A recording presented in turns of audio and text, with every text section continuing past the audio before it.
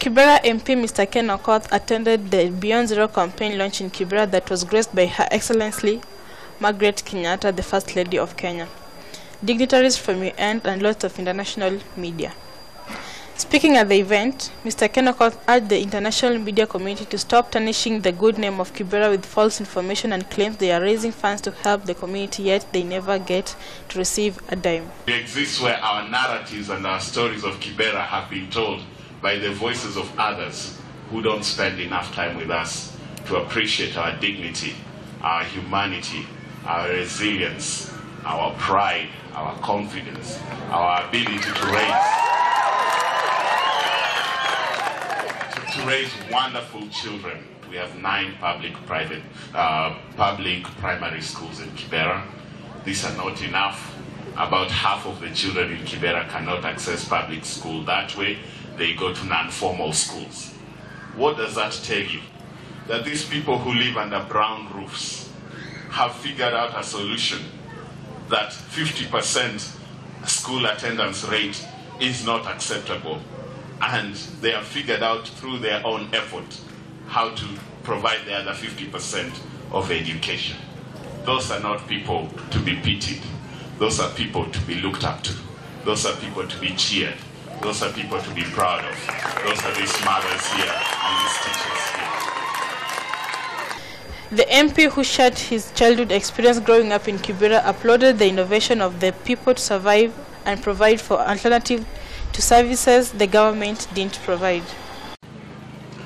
I was moved between laughter and tears when our good friend Nades was talking and sharing her impressions, because she's seen and heard about Kibera for a long time. And what she was saying was true in some way. And what she was saying for me as a boy born and raised in Kibera was also, I was thinking, what a shame that that's how people have always seen us. We are fed up of being slum tourists. Kibera is not a zoo. It's not a zoo. We have seen too many NGOs come take our pictures, put them on calendars. We've seen so many fashion shows and runway shows done in London and New York and Milan to raise money for Kibera, which we never see because these mothers still run their own schools, still pay school fees to send their own children to primary schools. We never see it. So today I'm very excited here that we're not glorifying some NGO to give us some donations. We're here celebrating our government has chosen to engage with us. Our First Lady has chosen to make a priority. They really don't know what's under the surface.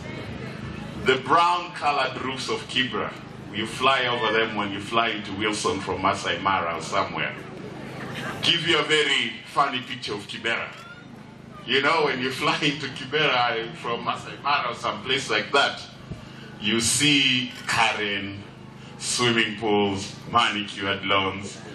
Then it just hits you, this brown patch. And if you're not attentive, for 2 seconds or 3 seconds, you're not paying attention or something, the plane lands in Wilson and you can miss it. It's like we don't exist, or we exist as statistics. Ken Okoth also presented a handbag to the First Lady from the women of Kibera. The bag that was made to symbolize the innovation of the people was an original handcrafted made in Kibera by local women, CBO. Reporting for Sauti ya Mtaa, I'm Brenda Akinyi.